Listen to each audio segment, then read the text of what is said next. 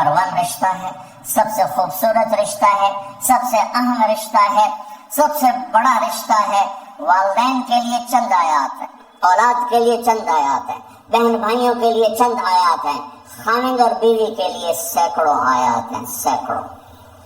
تو اگر آپ اپنے گھروں میں کامیابی دیکھنا چاہتے ہو، اپنے گھر کو ہاؤس کی بجائے ہوم دیکھنا چاہتے ہو، خوشی کا، اگر آپ اسے گہوارہ بنانا چاہتے ہو، اللہ کی قسم ڈگریوں سے نہیں ہوگا، محبت سے ہوگا۔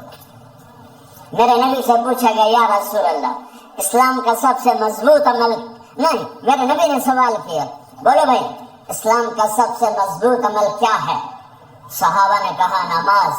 نہیں، سبحان، ابھی میں نماز کی کتنی اہمیت بتا چکا۔ انہوں نے عرض کیا جہاد، آپ نے فرمایا نہیں۔ تو صحابہ نے عرض کیا روزہ، آپ نے فرمایا نہیں۔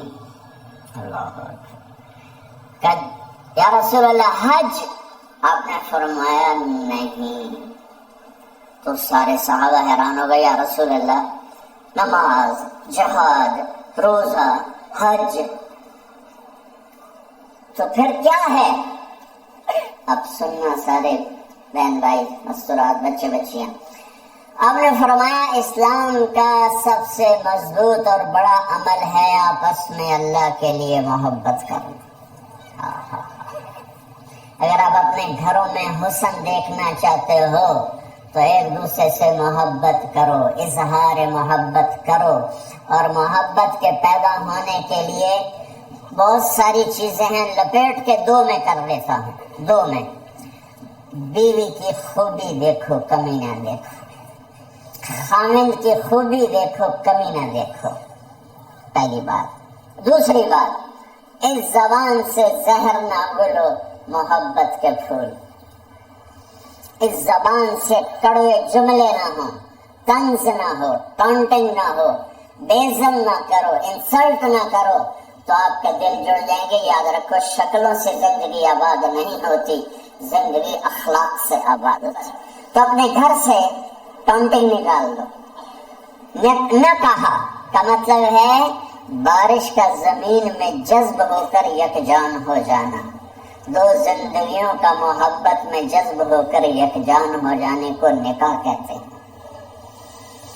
نہ کہا آنکھوں میں نیند کا اتر کے سلا دینا، نہ کہا خاوند اور بیوی کا ایسی محبت دینا کہ چین کی نیند آ جائے، نہ کہا اعتماد کرنا، بھروسہ کرنا، خاوند بیوی پہ بھروسہ کرے، بیوی خاوند پہ بھروسہ کرے، اے نوے لوگ کے فون چیک ہو رہے ہوئے، کال کتنے کی تھی، کال کتنے کی تھی، عزت دو، اعتماد کرو۔ چوتھا مطلب درخت کا چھاؤں بنا دینا، نہ کہا میاں اور بیوی، خاوند اور بیوی کا محبت کی ایسی چھاؤں بنانا کہ اس کے نیچے اولاد کا پودا خوبصورتی سے پیدا ہو سکے۔ نہ کہا، صرف لفظ نکاح کا مطلب بتا رہا ہوں، نہ کہا مریض کو، ڈاکٹر بیٹھے ہیں میرے سامنے بیٹھے ہیں، مریض کو دوا ایسی دینا کہ وہ شفا یاب ہو جائے، آپس کے ایسے تعلق بنانا کہ زندگی کو شفا مل جائے۔ میرے بھائی بہنوں، میں آپ کو اپنے نبی کی زندگی بتا رہا ہوں۔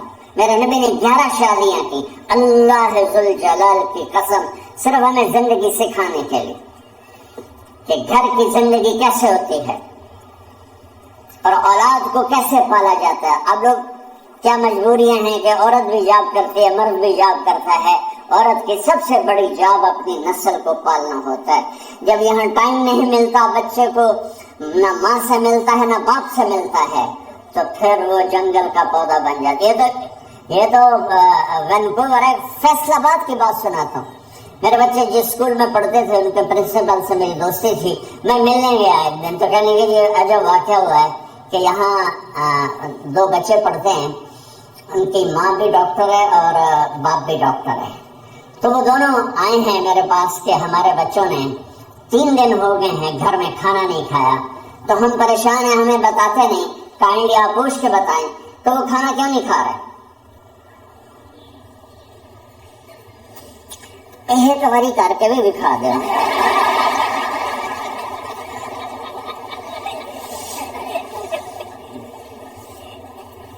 ہمارا دین اتنا خشک نہیں، ہمارے مولوی صاحبان نے زیادہ خشک بنا دیا. تو انہوں نے دونوں بچوں کو بلایا. سننا سارے فیملیز بیٹھے ہو جہاں میں فیملی کی زندگی کو فوکس کر کے نبی سے جوڑ کے بتا رہا ہوں، طارق جمیل کے تجربے نہیں بتا رہا. دونوں بچوں کو بلایا. بیٹا آپ کھانا کو نہیں کھا رہے؟ کہا جی ہم اپنے ممی اور بابا کے سامنے نہیں بتائیں گے. تو انہوں نے دونوں کو باہر بٹھا دیا. پھر پوچھا اب بتاؤ کیا مسئلہ ہے؟